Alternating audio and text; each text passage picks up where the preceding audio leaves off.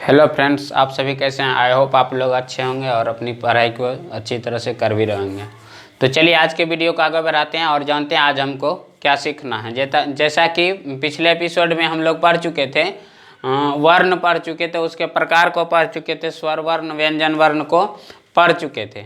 आज हम लोगों को पढ़ना है कि वर्ण का मतलब किस अक्षर का उच्चारण कहाँ से होता है, उसी पे आज का वीडियो बना हुआ है। तो आप लोग वीडियो को शुरू से अंत तक जरूर देखिएगा, इससे आपको समझने में ज़्यादा कठिनाई नहीं होगी, आसानी से आप समझ सकते हैं। ठीक है, जैसा कि आज का टॉपिक दिया हुआ है वर्णों का उच्चारण स्थान। ठीक है, तो संस्कृत में इसका बहुत ही ज़्यादा महत्वपूर्ण टॉपिक है संस्कृत के व्यू से, क्लास 10 बिहार बोर्ड के लिए। तो इससे प्रश्न पूछा भी जाता है, 5 से 7 नंबर का प्रश्न इस चैप्टर से पूछा जाता है।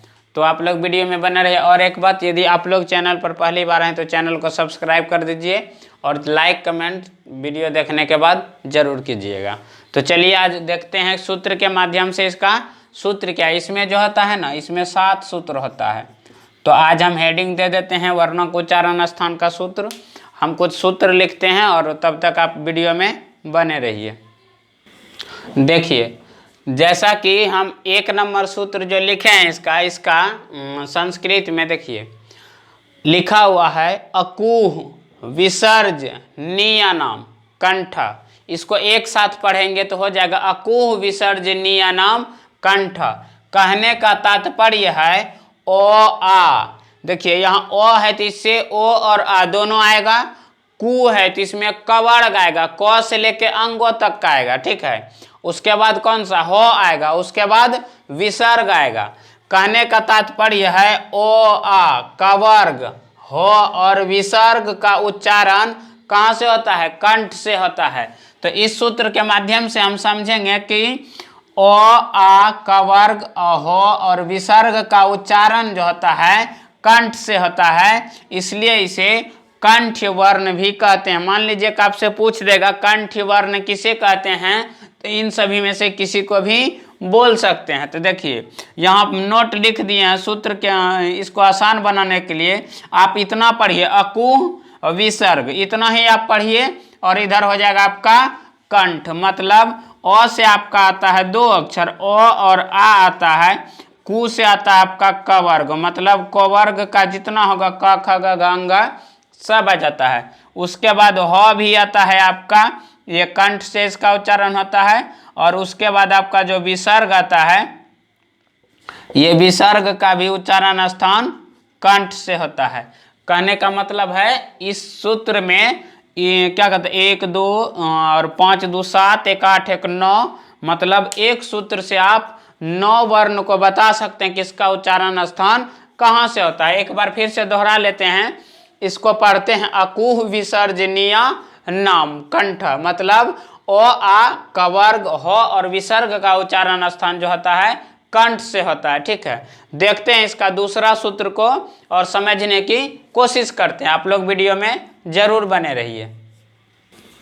देखिए दूसरा सूत्र जो लिखे हैं इसको ये बहुत ही फेमस है और इसे जरूर याद रखिएगा। ठीक है, तो इसको पढ़ते हैं इचू यसा नाम तालु, मतलब इसमें जो है हर्षई दीर्घई चवर्ग और यो और ताला विश्व का जो उच्चारण होता है ये तालु से होता है। ठीक है, इसमें इतना ही समझना है कि इचू मतलब देखिए यहाँ नोट में लिख दिए इचू यसा, मतलब हर्षई और दीर्घ ई में आता है, चू में आ जाता है चवर्ग आपका, यो में आपका यो आएगा और ताला विश्व में यहाँ पर ताला विश्व आएगा। इन सभी का उच्चारण जो होता है तालु से होता है। देखिए इसलिए इसको ताला विवर्ण भी कहते हैं। हर्षई दीर्घई चवर्ग यो और ताला विश्व, ईश्व को आप लोग भी ताला विश्व ही पढ़ते होंगे। ठीक है, तो इसको बोलते हैं ताला विश्व और इसका उच्चारण स्थान तालु से होता है। देखते हैं तीसरा सूत्र इसका क्या कहता है, क्या होता है, जिसको इसी के अनुसार और साधारण भाषा में समझने की कोशिश करेंगे। देखिए तीसरा जो है इसको पढ़ेंगे, सबसे पहले पढ़ेंगे ऋतु रसा नाम मूर्धा। ठीक है, मतलब इसमें जो है री, देखिए री दो प्रकार का होता है, एक री सीधा सीधा जिसको री पढ़ते हैं, और इसमें री में भी एक री रहता है, उसको री पढ़ेंगे, ठीक है। तो री और टवर्ग और रो, और इसको बोलते हैं मूर्धन्य स्व, ठीक है। आप लोग भी बोलते होंगे इसको मूर्धन्य स्व। तो मूर्धन्य स्व का उच्चारण स्थान तो जैसे मूर्धा से होता है तो उसको मूर्धन्य ही बोलेंगे, ठीक है। जैसे ताला विश्व का उच्चारण तालु से होता है, इसीलिए उसको ताला विश्व बोलते हैं। तो मूर्धन्य स्व का उच्चारण स्थान मूर्धा से, ठीक है। तो इसमें जो आ जाता है री और टवर्ग रो और मूर्धन्य स्व का उच्चारण स्थान जो होता है मूर्धा से होता है, इसलिए इसे मूर्धा वर्ण भी कहते हैं, ठीक है। आपको इसके सुविधा के लिए देखिए ऋतु रसा, आपको इतना ही याद रखना, ऋतु रसा मूर्धा, ठीक है। यदि आपको इतना पूरा याद नहीं रहता है तो 4 अक्षर याद रख सकते हैं, ऋतु रसा मूर्धा, इतना याद रहेगा तो एक री में दोनों री आ जाएगा, 2 से टवर्ग आ जाएगा, रो से रो ही हो जाएगा, और ताला मूर्धन्य स्व से मूर्धन्य स्व हो जाएगा, ठीक है। हम उम्मीद करते हैं कि आप लोगों के यह 3 सूत्र समझ में आया होगा, और 4 सूत्र है, आप लोग थोड़ा सा कंसंट्रेट हो जाइए, और इससे थोड़ा वो कठिन होने वाला है, या फिर और भी आसान तरीके से समझेंगे, ठीक है। तो इसका आप स्क्रीनशॉट लीजिए, एक नोट्स तैयार कीजिए, देखते हैं चौथे सूत्र को किस प्रकार से समझेंगे। देखिए यहाँ जो लिखे हैं 4 नंबर, इसमें है ऋतु, ये तो है, तो नहीं है, ठीक है। ऋतु लसा नाम दंत, कहने का तात्पर्य है लो त्वर्ग लिरी और दंत स्व, इसको भी आप लोग दंत स्व ही पढ़ते होंगे, ठीक है।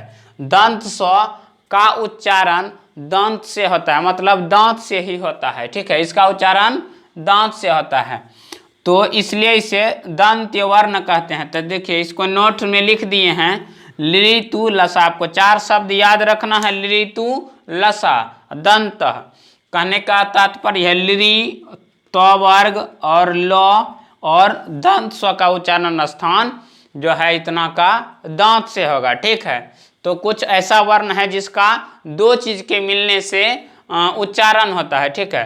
तो 5, 6, 7 उसी पे आधारित है, आप लोग थोड़ा बने रहिएगा, और इसका स्क्रीनशॉट लीजिए, एक नोट्स तैयार कर लीजिएगा, ठीक है। तो वीडियो को आगे बढ़ाते हैं, और आप लोग इसका नोट्स तैयार कीजिए।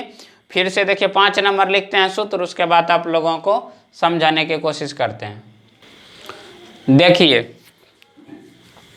जैसा कि पहले समझ लिए थे 4 नंबर तक, देखिए 5 नंबर कहता है उपु पद्मनीय नाम मोष्ठ। देखिए इसका मतलब है हर्षऊ दुर्गऊ और पवर्ग का उच्चारण स्थान जो होता है ना, क्या कहता है, ओष्ठ से होता है। हर्षऊ दुर्गऊ और पवर्ग का उच्चारण स्थान ओष्ठ से होता है, ठीक है। इसमें 4 है, हर्षऊ दुर्गऊ पवर्ग, इतना ही है। इसका उच्चारण स्थान कहाँ से होगा, ओष्ठ से होगा। देखिए 6ठा नंबर है ए दैतो कंठ तालु, इसमें 2 है, ए दैतो कंठ तालु, मतलब ए और अ का जो उच्चारण स्थान होता है 2 जगह से होता है, 2 चीज के मिलने से, कंठ और तालु के सहायता से होता है, ठीक है। ए और अ का उच्चारण स्थान कंठ और तालु से होता है। देखिए 7 नंबर है ओ दौतो, इसमें भी 2 है, इसमें कंठोष्ठम। देखिए इसमें पहले है कंठ प्लस में ओष्ठ है, ठीक है। कंठ प्लस ओष्ठ है तो कंठोष्ठम हो गया, ठीक है। तो ओ और औ का उच्चारण कहाँ से होगा, कंठ और ओष्ठ से होगा। ओ और औ का उच्चारण कहाँ से होगा, कंठ और ओष्ठ से होगा, ठीक है। तो ये 7 नंबर है, और 2 जो है मुख्य सूत्र जो है उसको भी बता ही देते हैं, आप लोग वीडियो में बने रहिएगा। देखिए यहाँ जो लिखे हैं सूत्र जो है ये 8वां है और ये 9वां सूत्र है। एक अपवाद है, ठीक है, इसको भी ध्यान में रखना है। तो इसमें जो दिया है वकारस्य, मतलब व का उच्चारण, ठीक है, वकारस्य दंतोष्ठम, व का जो उच्चारण होता है दांत और ओष्ठ के मिलने से बोलता है। हम लोग भी बोलते हैं, वो बोलेंगे तो ओष्ठ भी सटता है और दांत के मदद से इसका उच्चारण होता है, इसीलिए इसको बोलते हैं वकारस्य दंत ओष्ठम।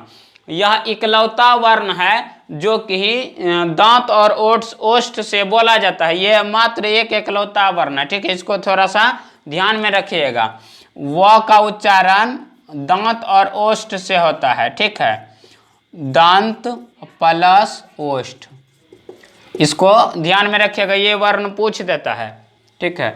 और देखिए 9 नंबर में जो है, देखिए जितना वर्ग है, जैसे क वर्ग, च वर्ग, ट वर्ग, त वर्ग, प वर्ग, सभी का 5वां वर्ण, जैसे क ख में अंगो आता है, इयो आता है, नो होता है, तो ये सभी का जो उच्चारण होता है नक से होता है।